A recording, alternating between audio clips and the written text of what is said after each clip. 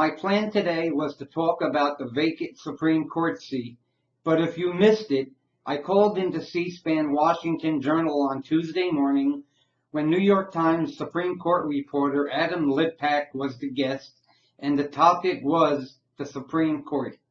Here is my call. Joining us, we have calls to talk about the independence of elected and appointed judges.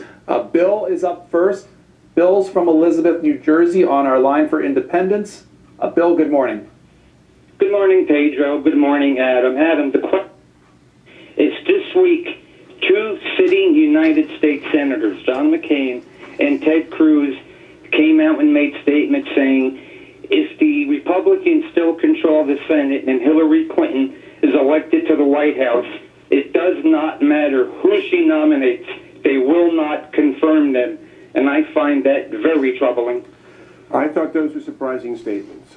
It's a little bit surprising. I'm not sure everyone would have predicted it, that we'd be almost a year into President Obama's nominee, Merrick Garland, not getting any kind of hearing. But this new comment really ratchets up the tension to have two distinguished Republican senators say they won't put anybody on the bench that Hillary Clinton might nominate. It's hard to know whether to take them seriously. One thing I think we can say, if the Democrats retake the Senate, these kinds of comments on the Republican side will mean almost certainly that the Democrats will blow up the filibuster rule, and I'm not sure whether everyone thinks that's a good thing. We'll hear next from Sam. Now, do you understand what is happening? Back in March of this year, President Obama nominated Merrick Garland to fill the vacant Supreme Court seat opened after Justice Antonin Scalia's death.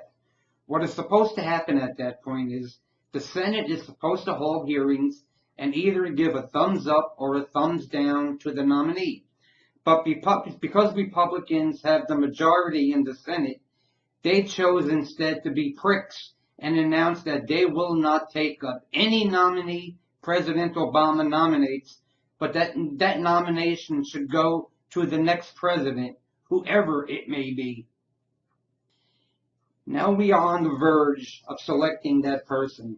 Two Republican senators, John McCain of Arizona and Ted Cruz of Texas, made statements this week, as I said in my call, that if Republicans maintain control of the Senate after the November election and Hillary Clinton is elected president, they will block all nominations she makes. Now, if that is not treason, I don't know what is. And that is why we must put Democrats in control of the Senate and Hillary Clinton in the White House, or we are going to have another 4 years of nothing getting done.